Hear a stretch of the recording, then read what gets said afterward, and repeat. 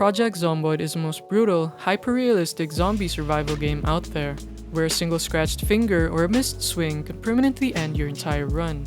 It's a game designed to make you fail, and today, we're making it practically impossible.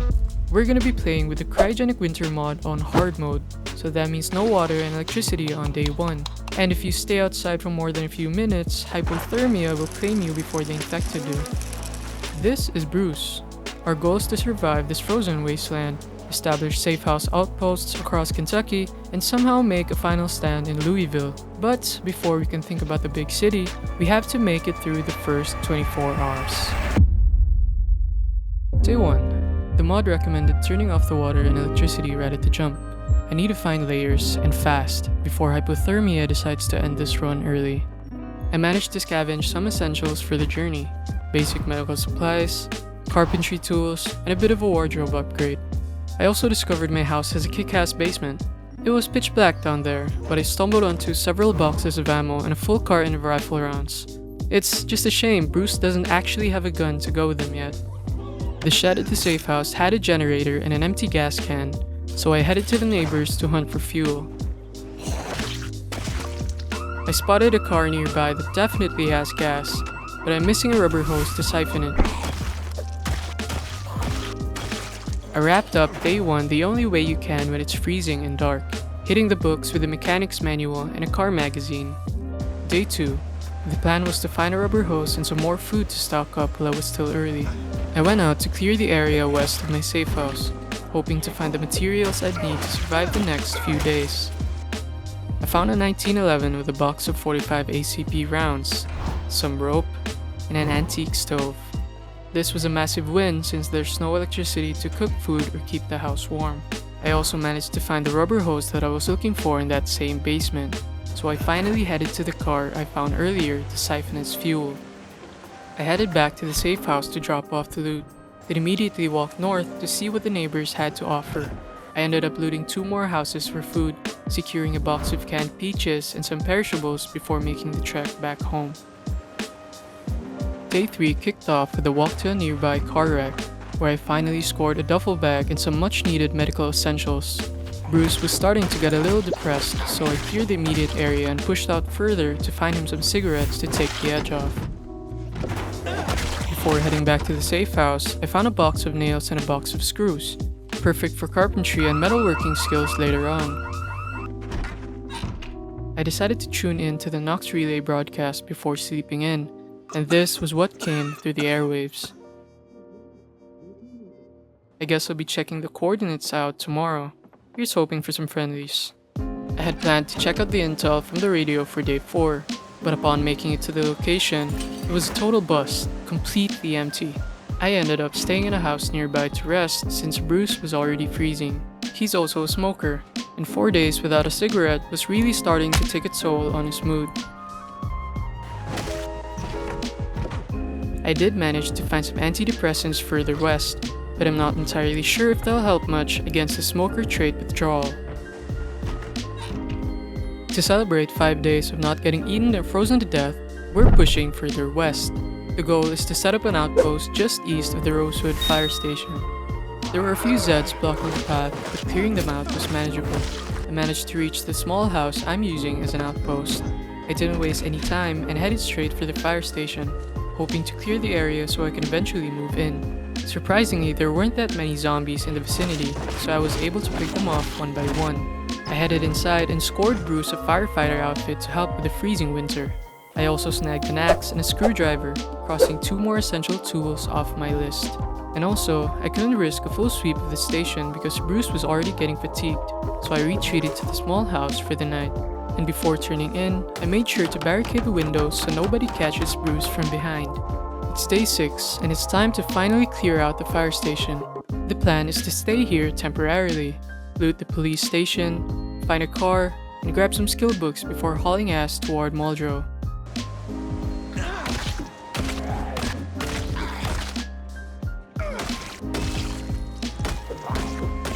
I finished clearing the place out, and since I had time to spare, I headed over to the police station to scout the parking area for a vehicle.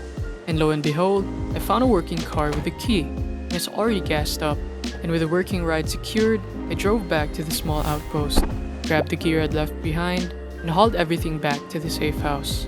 Day 7 is going to be moving day, so that was more than enough work for one afternoon. Day 7 went by in a blur.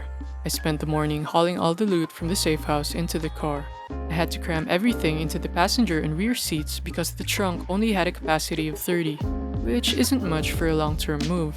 Once everything was packed, I realized I'd forgotten the generator, and since the car was already at max capacity, I'm going to have to make a return trip later just to pick it up. We finally arrived at the fire station, so enjoy this quick unpacking montage before we head back for the generator.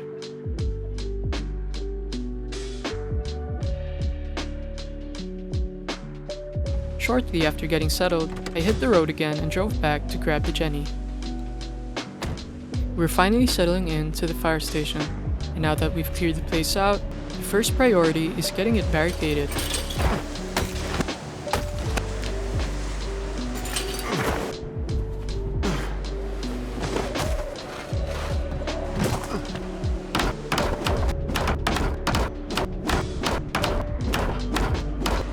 Now that we've finished the barricades, the safe house is feeling a lot more like a fortress.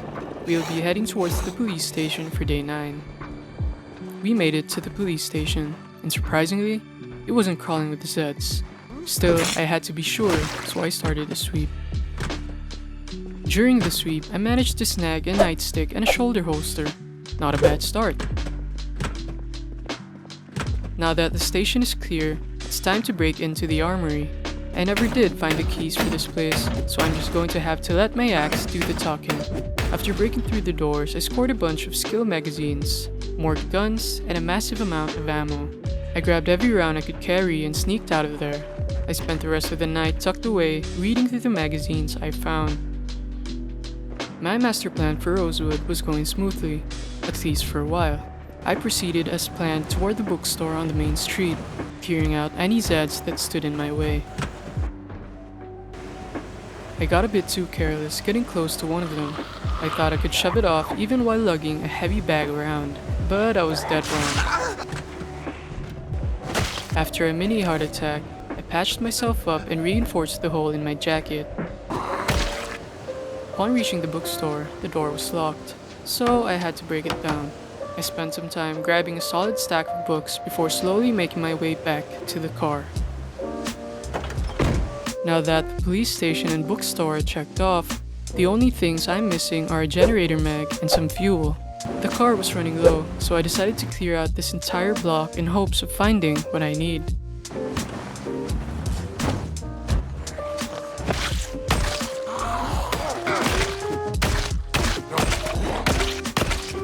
The wind started picking up big time, forcing me to hunker down and sleep in one of the houses I just cleared.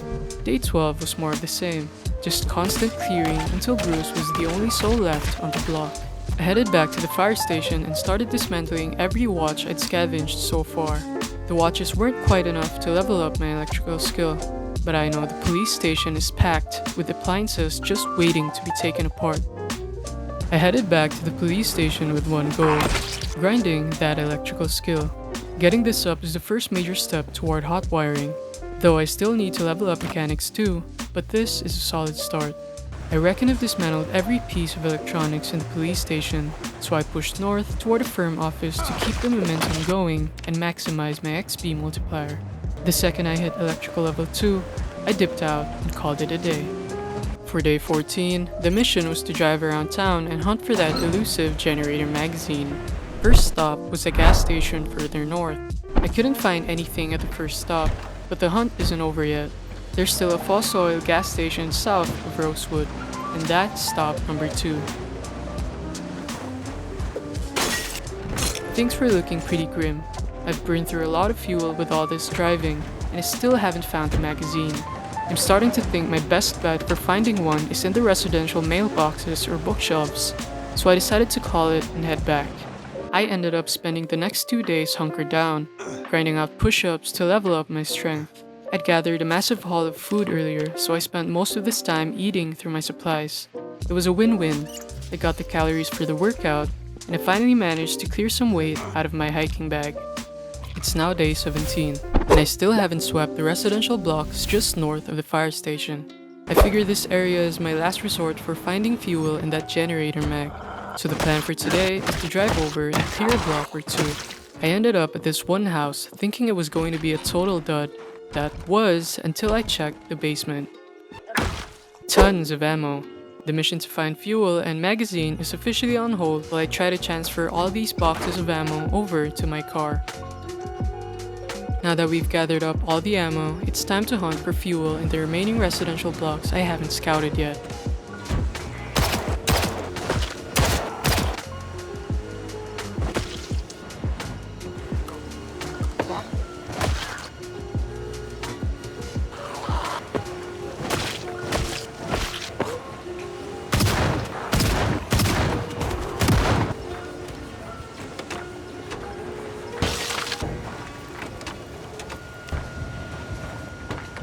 It seems Rosewood is bone dry on fuel. I ended up completely empty-handed after a full day of searching, so I guess it's back to the drawing board. For day 19, I headed out to check the houses just west of the fossil oil gas station we visited a few days ago. Sadly, it was the same story as before, just the usual routine of running around clearing out sets. I ended up heading back to the station with even less fuel than I started with. At this rate, the car is going to be a very expensive, very heavy paperweight. Just when it seemed like Bruce's luck had finally run out, a location came to mind. I remembered there were a couple of cars parked behind the stores along the main street, so I drove over to check it out. Well, lo and behold, we found fuel. Not just from one car, not two, but 4 different vehicles. I managed to fill the tank and even secured some spare gas for the next few days. And just when things were finally looking up, they got even better. I found a large truck in great condition, and it actually had a key. And since I couldn't tow my old vehicle, I spent the night transferring all my loot over to the truck and getting it fueled up. It was a damn good day for Bruce. It's now day 21. We've established a pretty secure outpost here in Rosewood, but it's time to look at the bigger picture. My long-term plan for surviving this permanent snow is to eventually hole up in Louisville. It's a trek, but it's the only place with enough resources to keep us going forever. And today is all about the transition, and I'm packing everything we've scavenged, the guns, the tools, and the food into the new truck. Now that we've finished packing everything into the truck, it's finally time to move toward Muldraugh. My plan is to establish outposts in each town I hit on the way to Louisville, specifically Muldraugh and West Point. For Muldraugh, the original goal was to turn the police station into a secure base. I'm running a few side quests along the way, mostly clearing out stragglers and checking abandoned vehicles for spare fuel. I finally made it to Muldraugh, and the town is absolutely crawling with Zeds. The plan to clear out the police station is already starting to look like a pipe dream. Aside from the massive hordes on the highway, Bruce still has to deal with the grueling winter cold. If he stays exposed outdoors for even a few minutes too long, hypothermia is going to set in. Because of that, we're going to have to set up somewhere further away from the chaos. I ended up holding up in a residential house a bit deeper into the neighborhood. I decided to stay here for the night. The neighbors actually barricaded their windows before they turned, which is a great sign. It usually means there's a stash of loot inside just waiting for me to find it. It's now day 23, and I'm heading across the street to break into the barricaded house. Peeking through the window, I spotted the Jason Voorhees zombie. A dead giveaway that this place is a survivor house packed with loot. I made sure to clear out the local Zeds before making my move inside. I finally got into the kitchen and struck gold. I found a maintenance volume 1 book and some forging magazines. But the real prize was the massive stash of guns and ammo. And since the weather was trash and I had everything I needed right here, I spent the rest of the day and all of day 24 hunkered down.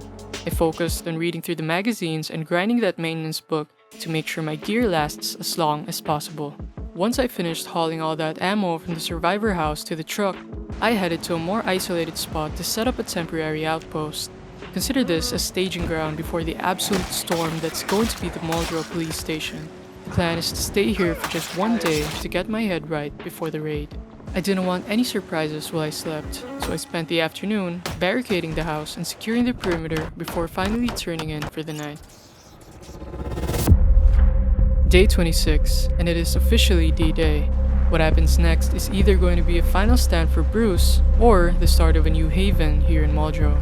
The tension was spiking as I neared the station, and honestly, I didn't have a concrete plan, until an idea hit me. I realized I had a massive truck, and it was just large enough to block the wide entrance to the station. I began ramming my way through the horde, taking a few attempts to perfectly maneuver the beast until I finally wedged it in to cover the gap. Now, it's time for Bruce to make his stand, under the agonizing cold and against a relentless swarm of the undead.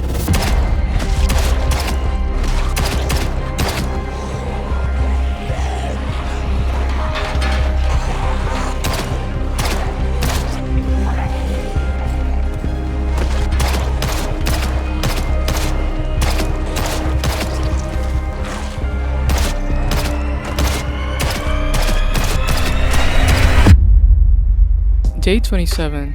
Against all odds, Bruce survived. There were moments when the temperature dropped low enough to get sketchy, but it was nothing Bruce couldn't handle. I checked the corpses piled up outside, hoping to find an access key for the doors, but the only thing of value I found was a riot mask. This was actually my first time inside a specific police station, so I took some time to explore the basement. It turned out to be a med bay. I scavenged some supplies, but what really caught me off guard was this photograph of a suspicious group of people.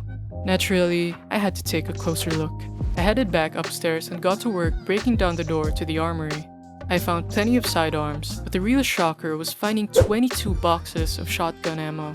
I couldn't get any luckier.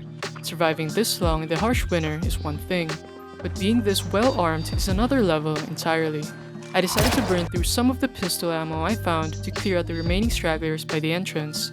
It was a rather large group, but dealing with them was a breeze. They were forced to crawl under my truck one by one, making them easy targets. And I guess this ends episode 1 of Surviving a Cryogenic Winter in Project Zomboid. We've gone from freezing in a basement to turning a police station into a fortress. But the journey is far from over. If you guys want to see Bruce make it all the way to West Point and eventually Louisville, stay tuned. Like and subscribe to see if we can actually survive the rest of this frost. Peace.